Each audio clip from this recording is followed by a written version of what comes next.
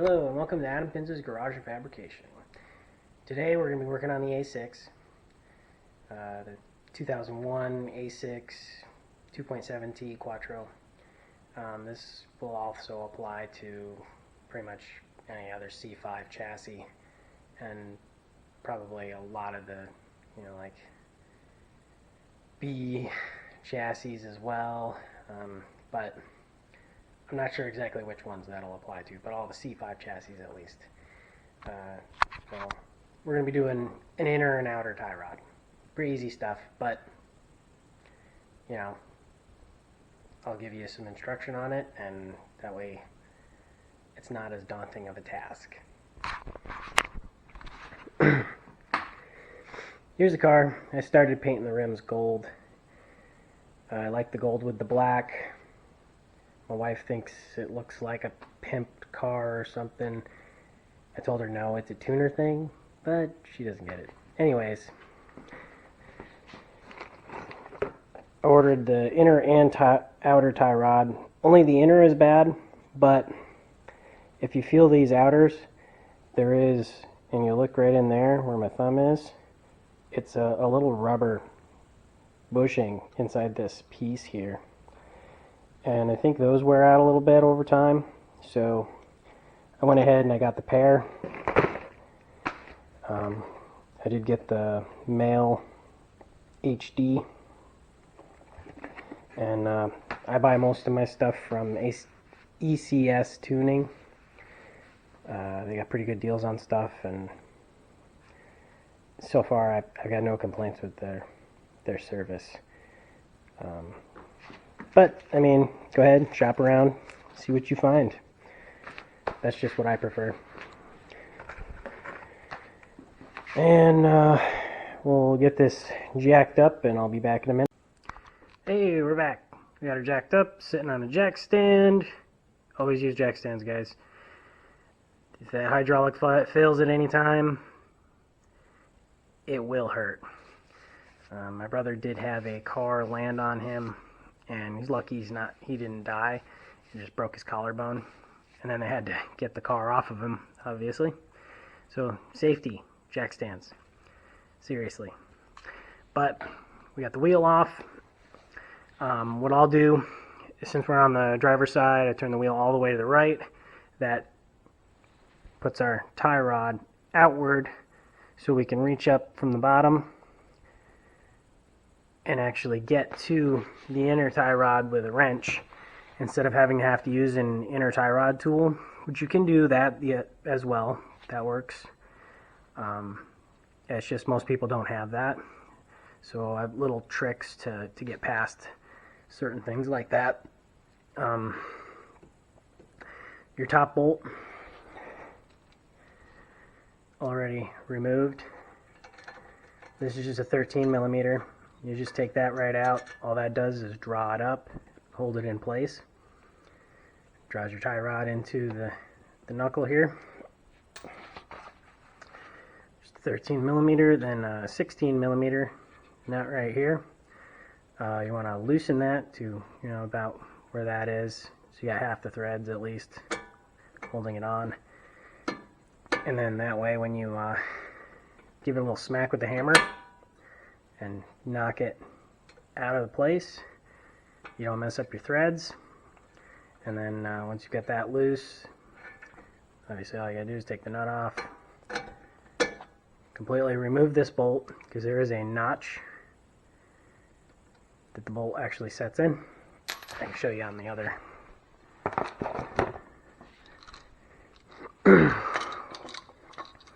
Sorry, I forgot this has a cover on it. Comes with a brand new bolt. Actually, it comes with both brand new bolts, which is handy. Don't have to reuse the old one. See? And here is the notch I'm talking about. So that has to line up with that hole when you install it. Make sure that lines up.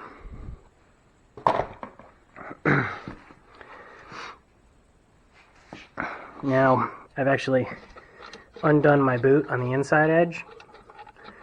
There will be a clamp that's a crimp-on style clamp, usually.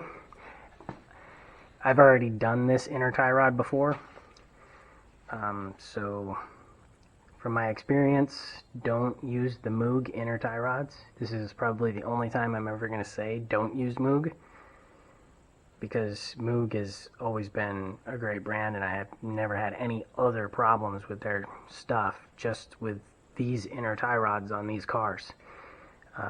This will be the third time replacing this inner tie rod, so this time I went with parts from ECS Tuning and did not use the Moog. Both of these that I have put in have failed premature, with maybe, I don't know, like 10,000 miles on them or something, and they're already showing play. Tie rods should last a lot longer than that. I don't know if there's a defect in these specific ones or what the deal is, but those two have failed on me, and I'm putting a better quality part in this time. So that out of the way, what I did on the inside of my boot is I've actually put zip ties around it, and if your zip tie isn't long enough to get all the way around it, you can put one end to end and extend it and wrap them around. And the trick to using zip ties is you have to tighten it just enough that you can just barely slide the boot on. And then when you give it a tug, it shouldn't want to come off, but if you tug hard enough, then you can actually still get it off. Maybe use a little bit of lube around the flange in there. But you definitely want to double check it if you do use zip ties. Make sure that it hasn't fallen off while you're driving, because if it has fallen off, then you didn't get it tight enough and you need to go maybe 1 or 2 clicks tighter and try it again until it stays on there properly. There's nothing wrong with using those. I've done it in a pinch for years and haven't had a problem. It's best if you can put the OE clamps on there, or if you can get even a big worm drive clamp on there would be perfectly fine as well.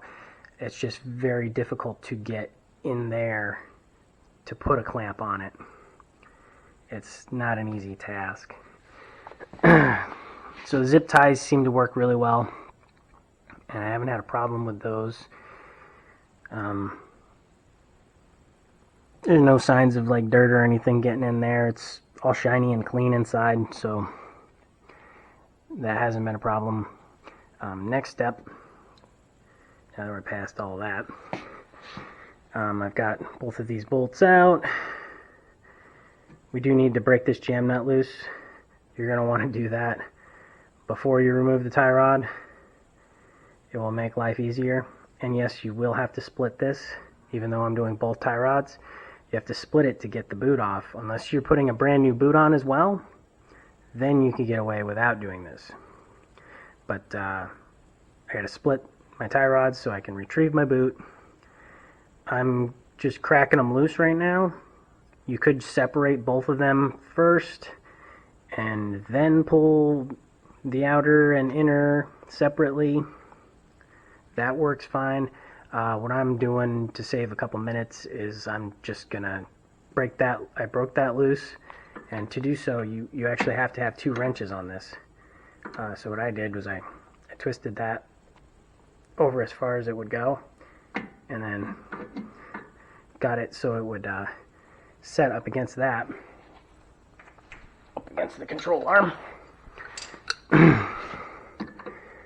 And then that way, when I twist my nut, all the force is being transferred through the wrench to that control arm and not through the tie rod to the knuckle. You don't want to transfer the force through there. It's really hard to break them loose that way. If you've got all the force right here, it'll break loose. Just like that.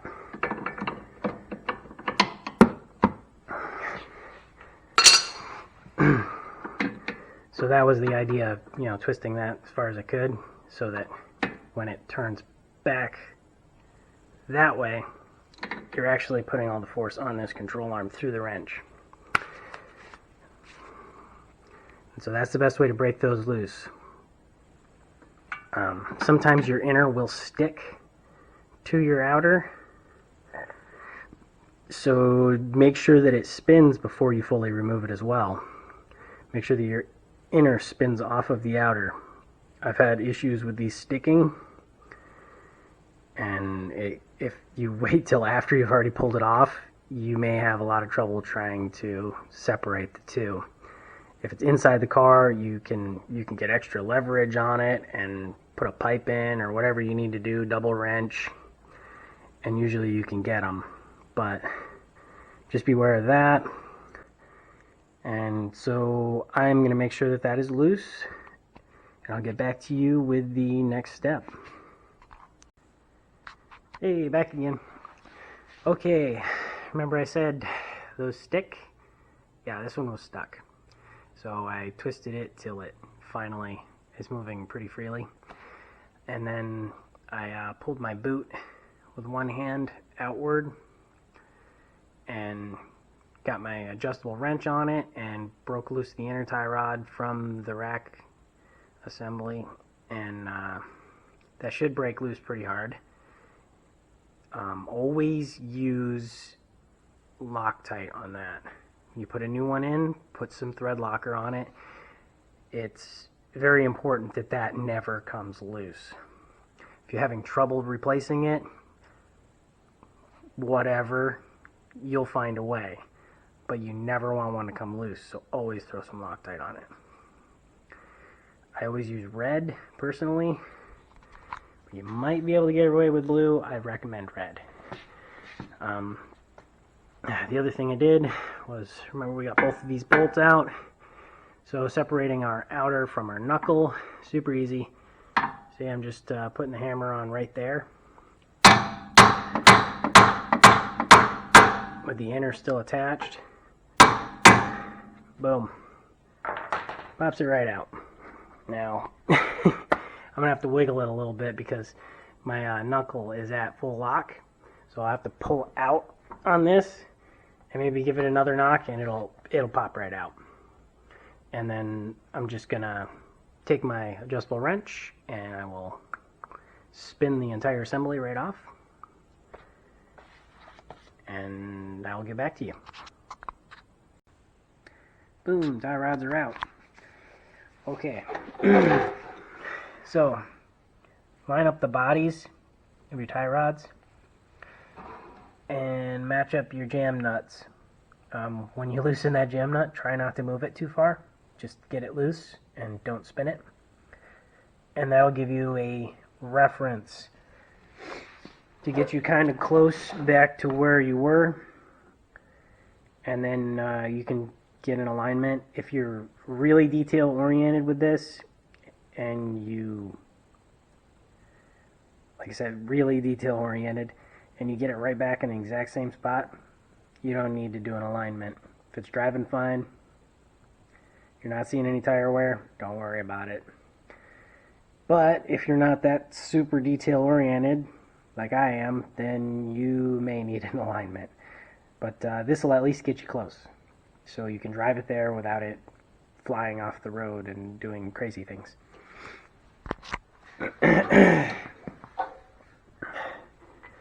We got our new inner.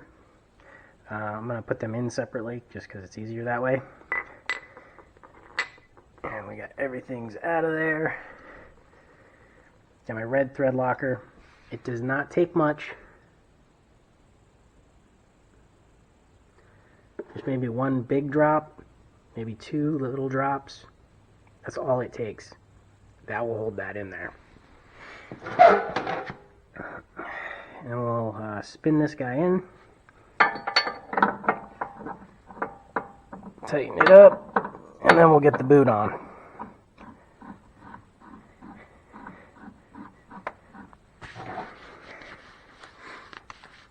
And I'll be right back after I get the boot on.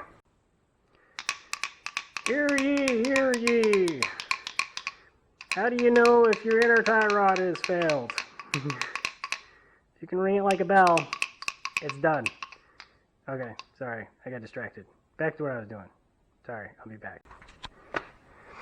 Okay, inner tie rod is now in. I tightened it down with my adjustable wrench, tight as I could get it, with the thread locker, Loctite on it. And then put my boot on. Getting the inside part on can be difficult, especially if you've got the steering wheel turned. So before I pop the boot on, I actually straighten the wheel out so that it's as if the car is going straight down the road. So I'll show you. See, that wheel's pointed straight. And so that pulls the tie rod in closer, and then it's easier to get the boot on. So I popped it on there. That should be good to go. Don't forget your outer clamp, the little guy right here, before you put your outer tie rod on. And that is going to be the next step. And we'll get to, I'll pop that all in and we'll get to the torque specs. I've got my outer tie rod spun on, but my notch, it's not lining up. Whatever will I do?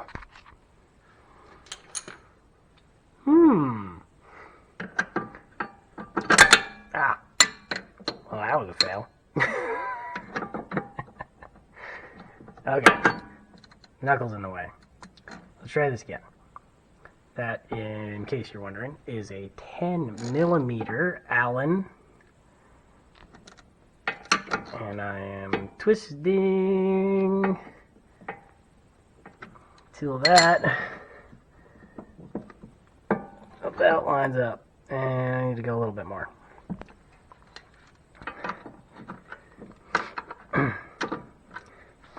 Man, that keeps getting in the way.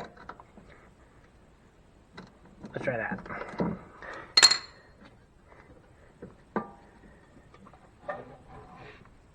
Sorry, I'm probably really shaky right now.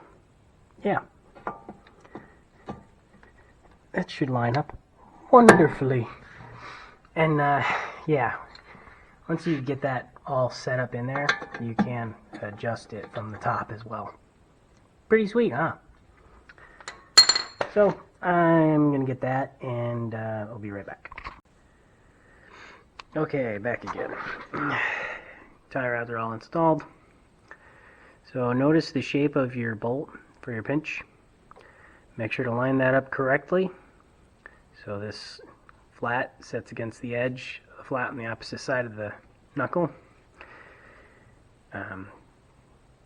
If you cock that a little bit, you could break the bolt, or it could rotate and then boop, all of a sudden go loose. So you want to make sure that's set in there correctly.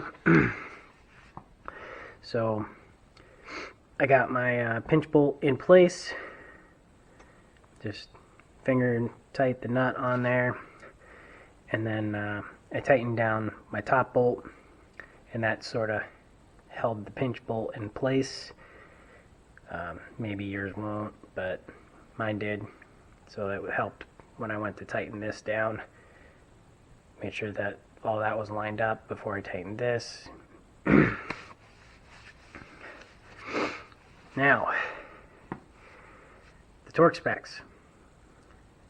50 Newton meters is what I found. It was a little difficult to find that torque spec, so I can't say 100% that it is correct for this model, but it is for this suspension, so I'm going to go with that. It sounded about right, it felt about right. 50 Newton meters, and that, if you convert it to English, is 37 foot-pounds. Actually, it's a little bit less than 37, but 37 foot-pounds for your pinch bolt. And then, in case you're wondering, I didn't bother torquing this. You know, Guten tight is usually pretty good with that, but 5 foot-pounds or 7 Newton meters. I always torque pinch bolts, and let me tell you why. And we'll start this story off with, I did not install this ball joint initially. This was not me. So somebody at a shop I was working at installed a lower ball joint on a Kia Rio, I believe it was. And they have a pinch bolt for the lower ball joint to the knuckle to slide in. Very similar to this setup here, minus the top bolt. And they did not torque that to spec. Car came in a couple months later. It's driving funny, lower ball joint's flopping around. Come to find out they hadn't tightened it enough, it came loose and it wallowed out the entire knuckle. We got a wrecking yard knuckle, and my manager, trying to save money, I understand, thought it would be okay. I told him we should replace the ball joint again as well. And he chose to just do the spindle. So, okay, so I torque it to spec. Everything feels okay. Send it on its way. A couple months later, same thing. This time we're down to the only wrecking yard spindle left within hundreds of miles that we can find. And I was like, we're changing that ball joint this time. We're not fiddling around with it. Because it had actually, because it had driven this so far, it had worn the outer edge around the ball joint shaft. And so when that pinched down on it, it didn't pinch tight enough, and it wiggled itself loose and destroyed the spindle again. So, next spindle, another ball joint. Finally, the problem is fixed. Moral of the story, make sure you tighten your pinch bolts to spec. Don't over tighten them, because it can snap the knuckle. You can break that ear right off. Had that happen before. And don't under tighten it, because it can wallow out the hole, and then your whole spindle is useless. So there she is, all tightened up. I mean, you can probably figure out how to put a wheel back on, I hope. If you've gotten this far, then yeah, you should be able to get a wheel back on. There's the inner and outer tie rod installed. Pretty easy stuff. There are some things, like I said, to look for, you know, and hopefully this makes things easier for you. Just go out and fix some stuff, people. Get it done. And come back and see me on the next video.